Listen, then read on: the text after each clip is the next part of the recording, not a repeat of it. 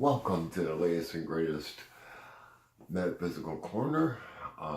This will be a brief one because I want to just expand on something I talked about on the last show, and that is the idea our consciousness comes from the soul, or at least I think that's a real good theory. Whether it's true or not is another matter, but yet it does. One seems to be, to me, one of those theories that meets the facts, so to speak. I want to expand on it a little bit, and by that I mean, how about the subconscious? The fact that we all have a subconscious is extremely evident. That one that operates, well, I guess you could call it above or below. They call it sub, which means below, but I think it's also above what we perceive as normal consciousness. Call it, in some cases, a sixth sense. That tingling feeling when you walk into a room, or that sense of, you meet someone and you just get the heebie-jeebies. Or you really hit it off with someone. That is probably a matter of energy, which again, consciousness certainly is. It's a matter of you being. How many times have you used the expression, I'm on the same wavelength, or are we on the same wavelength? There may be a lot more truth to this than meets the eye. I know I have experienced it many times. We all have our moments of psychicness. Everyone's psychic. It's just a matter to a degree of how much, and a lot of people are uncomfortable with it when they have it. But where does this come from? Once again, it would really seem to be something operating below the surface, if you catch my drift. I have had moments of extreme. I've had a couple of paranormal moments, I guess you would call it. But that was more where it was obvious.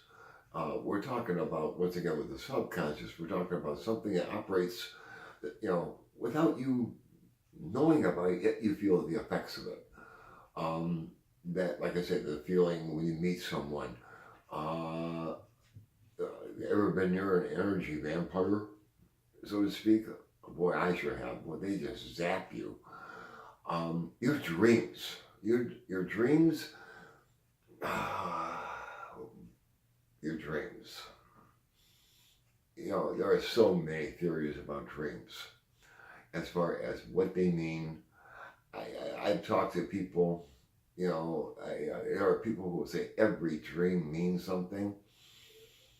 A lot of it is symbolic and you need to interpret it. Well, that may be. Some dreams are just so nuts. I've had a few of them, I think we all have, where it just nothing makes sense. It was really, you look at it, and I think, when you dream, your subconscious may be trying to tell you something, or, on occasion, it just may be taking a stroll in the park, so to speak. Like, let's just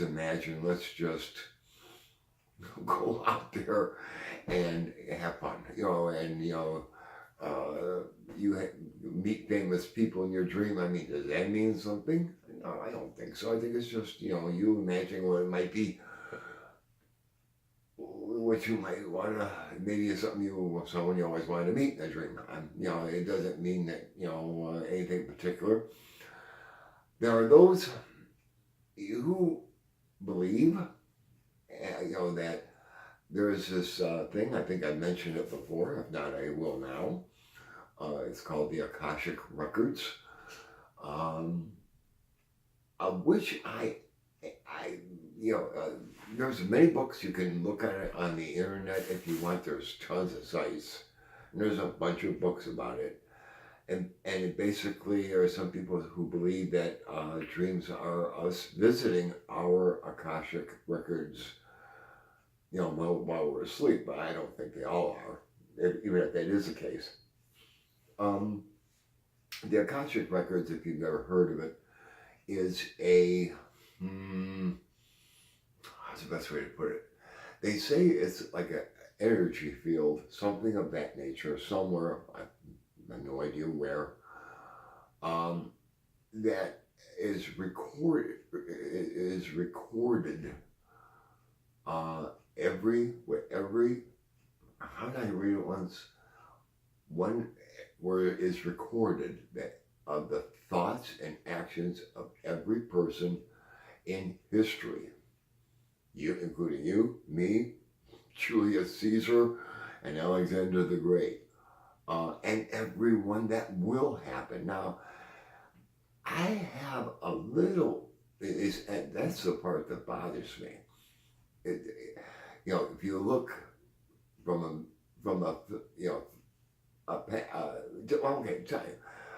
time, past, present, future. There are those who say in the physics realm, it doesn't matter.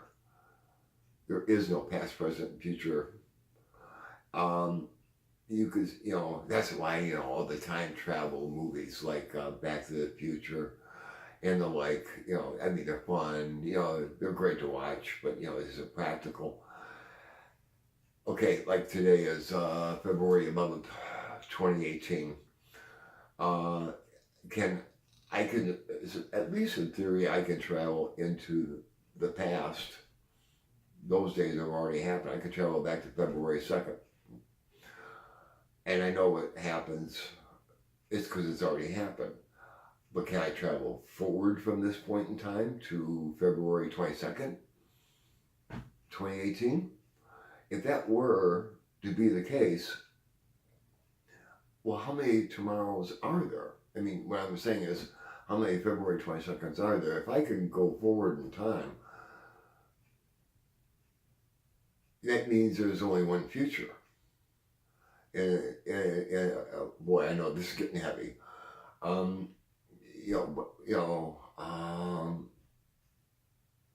know what I want to say, but I'm just trying to think of the exact way to put it. Personally, I believe from this day, there's an infinite number of possibilities for tomorrow and the day after and the day after. I can kill someone tomorrow, they can kill me. That changes everything. So how much of it is destiny? In other words, how much, if the Akashic records hold the thoughts of everyone that ever has and ever will think, that means the future is cast as stone. It's unchangeable. And we're just like actors in a play, reading our lines. And that kind of bothers me. And what that tells me is there's no free will.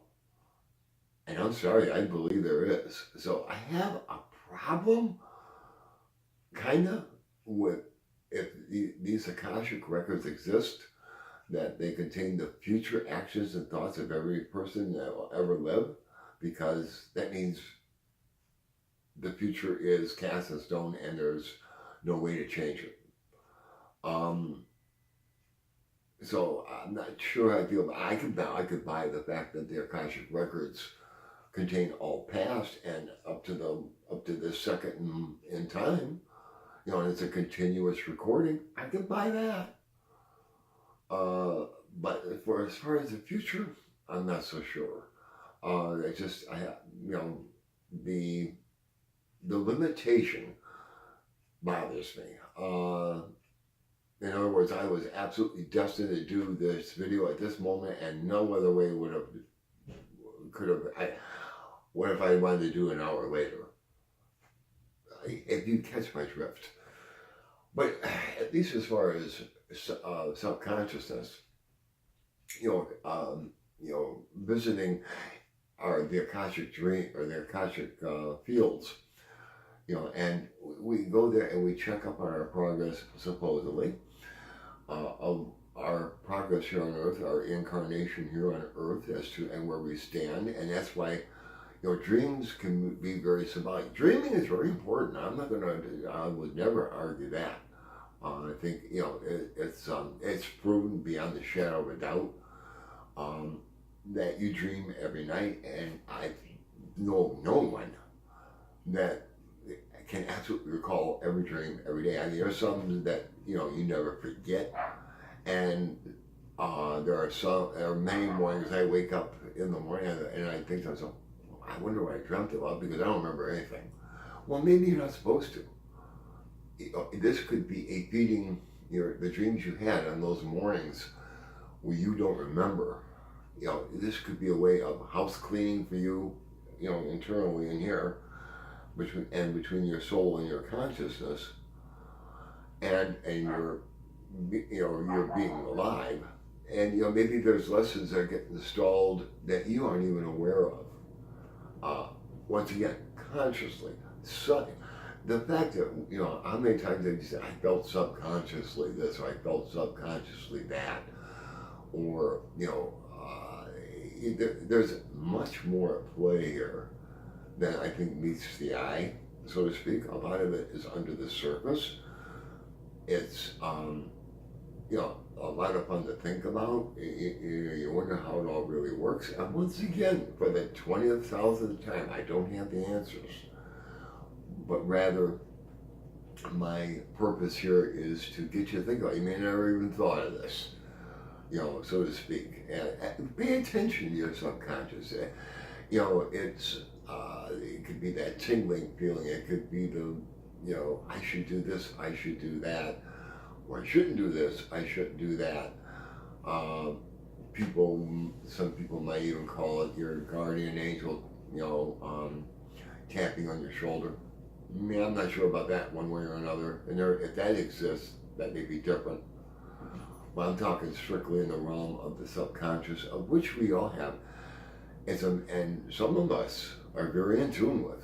And there's no doubt it exists. This is not debatable. But it's a matter of how much does it do in one person's life and how much they listen to it. And a lot of people probably tend to blow it off and just live in the conscious world, which is fine. That's where we spend our waking hours. But the subconscious is very much alive 24 hours a day, 7 days a week, 365 days a year.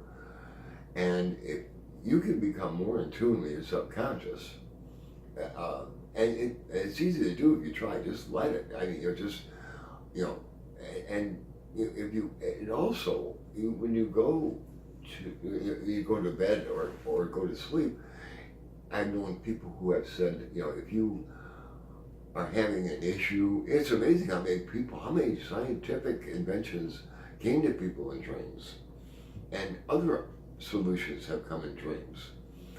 And they say people who go to sleep asking themselves or the universe to give them answers through dreams. It's amazing how often it's worked. So if you are having an issue, or if you are looking for info, or maybe a path, or whatever, it might be a benefit to, before you go to sleep, ask the universe, or ask your subconscious to give you a lead, to provide you with at least a path or a guidance where you should go. So, I'm going to leave it at that. The next show, I am not sure what we're going to be talking about, but there's always so much more to talk about.